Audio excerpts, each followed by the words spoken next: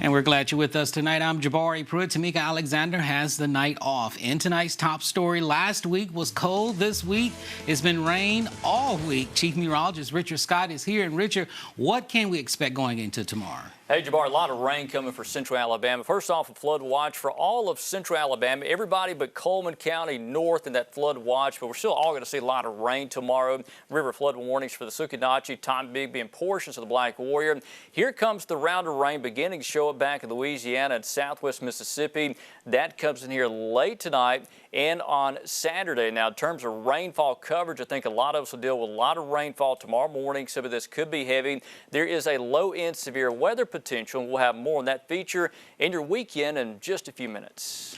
Richard, thank you. On a story we've been following all week, Alabama's Department of Correction executed death row inmate Kenneth Smith last night using nitrogen gas. He was sentenced to death for the 1988 murder for hire beating death of Elizabeth Sennett.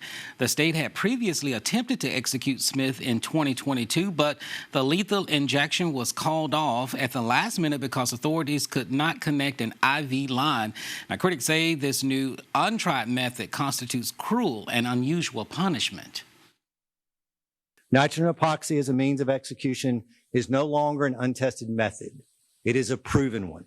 And it's the method that Kenny Smith ultimately chose, along with now 43 other death row inmates in our state.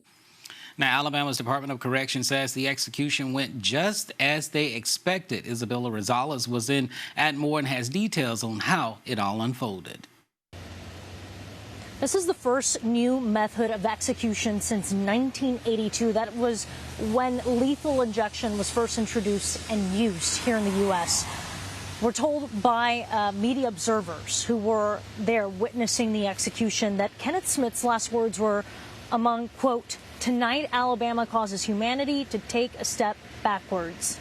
There was a press conference following that execution where witnesses described Smith as being conscious for several minutes. 2 minutes he was shaking on the gurney and against his mask that was pumping nitrogen gas. And then it was followed by several minutes of deep breaths before his breath then slowed down. The Alabama Department of Corrections Commissioner John Hamm, he was asked about that shaking, especially since the state had argued in court documents that he would be unconscious within seconds via this method of execution, nitrogen gas. And what he said was, quote, nothing out of the ordinary for what they expected from a nitrogen hypoxia execution. Now, we did speak with Reverend Jeff Hood, who was a spiritual advisor for Smith. We were the first to speak with him after he left the execution chamber, and he described it as absolute torture. Listen. That was torture. That was absolute torture. And torture is evil. I thought that was something that, as a country, that we held. That it's wrong to torture people. It's wrong to experiment on people. But that's what I saw. We also spoke with Mike and Chuck Sennett, the sons of Elizabeth Sennett. They say that they have been waiting 35 years for justice, that Elizabeth, their mother, was a simple preacher's wife raised in the country. And here's what else they said. They're talking about Smith and what's happening to him. No, bro, everybody's forgot about the woman in Colbert County. That's what she's known as right now. Her name's Elizabeth Sennett. He killed her.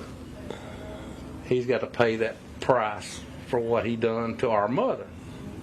And Alabama is one of 3 states alongside Oklahoma and Mississippi approved to use nitrogen gas as a form of execution. Now Alabama is the first to use it. Isabel Rosales, CNN, Atmore, Alabama. Now, there are still remaining questions about the proceedings of future death sentences. The future of death penalty cases by nitrogen gas remains unknown, but questions now rise whether this form of punishment will become more common or if it will be used nationally as a form of punishment. There are many challenges, that will be faced if this new method proceeds. We know that this is a system that disproportionately impacts people of color. It disproportionately impacts young men. It disproportionately impacts poor people and people with mental health issues, right? So I think it raises all these questions of, if you have a system that's not being applied neutrally, if it's being applied in a way that you're more likely, if you fall into one of these categories, to receive the death penalty, are we comfortable imposing the penalty regardless of how we carry it out? Now, Carol says she thinks it may be a possibility that other states may adopt this new method. Well, police have made an arrest in a shooting at the Creekside Apartments. 33-year-old Hakeem Dwayne Smalls has been charged with assault. U.S. Marshals took him into custody last night in Greensboro. Investigators say he shot a man Thursday morning during an argument. That victim was taken to the hospital with serious injuries, but is now in stable condition. And ALDOT is hosting 2 online public involvement meetings about road projects in our area. The first is U.S. Highway south of Tuscaloosa that goes into Bibb County. It involves work at 94 median crossovers. The second project is a new interchange on Highway 216 over I-2059 near Lakeview. It would require replacing the existing bridge over the interstate. You can comment on either project on ALDOT's website through February 8th. Well, Northport City Council is still waiting to discuss the rezoning of Shirley Place or Harper Road.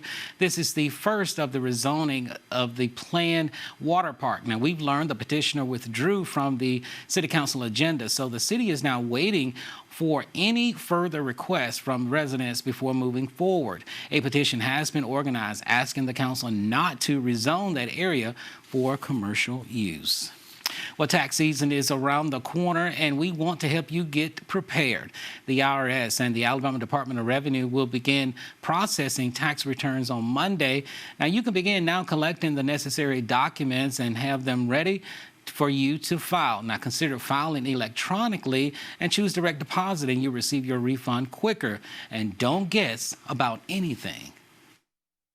I would recommend that everybody come in, take their time, make sure that you know all the new tax laws and credits, and make sure you do a great due diligent consultation with your tax preparer so you can get all the credits that you deserve.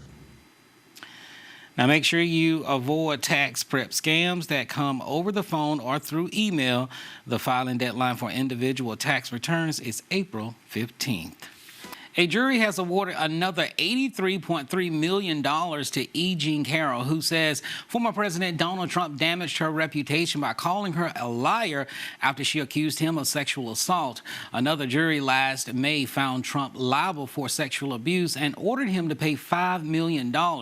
Deliberations began today after closing arguments punctuated by Trump's dramatic exit from the courtroom as E. Carroll's lawyer spoke. He later returned and his lawyers defended him and remained until deliberations began. A historic trial is underway in Michigan in connection with the shooting death of 4 students at Oxford High School back in 2021. Ethan Crumbley was 15 at the time. His parents are now facing involuntary manslaughter charges related to the crimes, the first time this has happened in the U.S. Jennifer Crumbley's case started yesterday. Now, prosecutors allege she and her husband ignored warning signs involving their son when the gun was purchased and took him to a shooting range. Unruly passengers were a problem before the pandemic. Now they're even worse. Airlines are reporting more acts of aggression now than before the pandemic. Mike Valerio looks at some potential causes. In terms of engaging with someone, if someone is just being rude or unkind, we have to ask ourselves, is it worth the fight? And the answer is no. No fighting on a plane, says etiquette expert Diane Gottsman.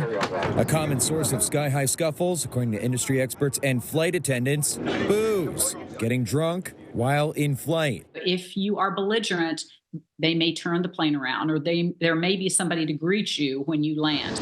The International Air Transport Association says it's working with airports and duty-free stores to encourage responsible sales and marketing of alcohol in the terminals. There are matters of common courtesy, especially when people are packed and not very comfortable in full flights. Let's talk about shoes. Keep those shoes on. Do not take your shoes off. If you are on a very long extended flight, maybe you bring another pair of more comfortable shoes to change into, but no toes. Also, recline with caution. We should look backwards, make sure that this person's knees are not up against the seat. Then there's changing seats. It cannot be for something willy-nilly, Gottsman says. There needs to be a good reason, like you as a parent are split from your child who is very young. You're going to want to ask the flight attendant to help you so they perhaps can find a situation, 2 seats together. In Los Angeles, I'm Mike Valerio. In mild to dry.